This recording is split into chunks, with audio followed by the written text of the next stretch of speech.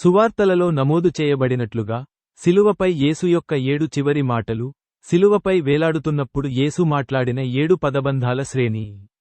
ఈ పదాలు, తరచుగా క్షమాపణ, మానవత్వం మరియు ఆధ్యాత్మిక పూర్తి ఇతివృత్తాలపై ప్రతిబింబిస్తాయి. ఇవి క్రైస్తవ సంప్రదాయంలో ముఖ్యమైన భాగంగా మారాయి. 7 చివరి పదాలు. 1.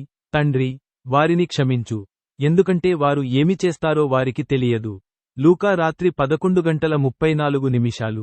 ఈ మొదటి పదం యేసు తనను సిలువ వేస్తున్న వారి కోసం క్షమాపణ కోసం చేసిన ప్రార్థనను వ్యక్తపరుస్తుంది, అతని కరోనా మరియు అవగాహనను ప్రదర్శిస్తుంది.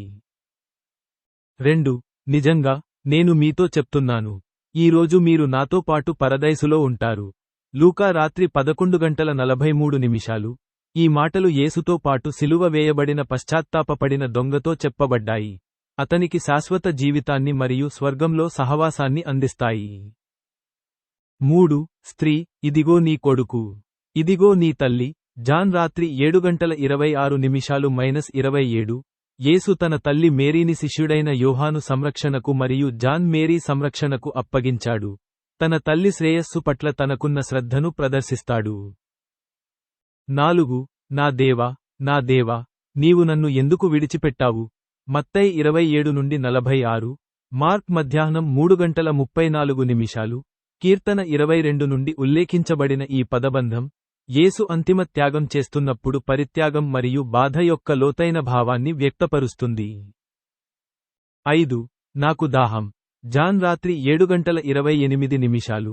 ఈ సరళమైన ఇంకా శక్తివంతమైన పదబంధం యేసు యొక్క శారీరక బాధలను మరియు అతని దాహం యొక్క వేదనను ప్రతిబింబిస్తుంది, అతని మానవత్వాన్ని మనకు గుర్తు చేస్తుంది.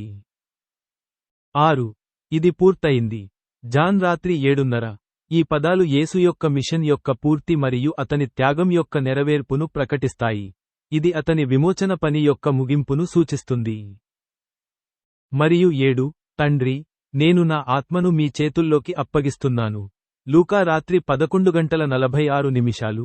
యేసు యొక్క చివరి మాటలు దేవునిపై ఆయనకున్న పూర్తి నమ్మకాన్ని మరియు అతని ఆత్మను దేవుని చేతుల్లోకి అప్పగించి, అతని భూసంబంధమైన పరిచర్య ముగింపును సూచిస్తాయి.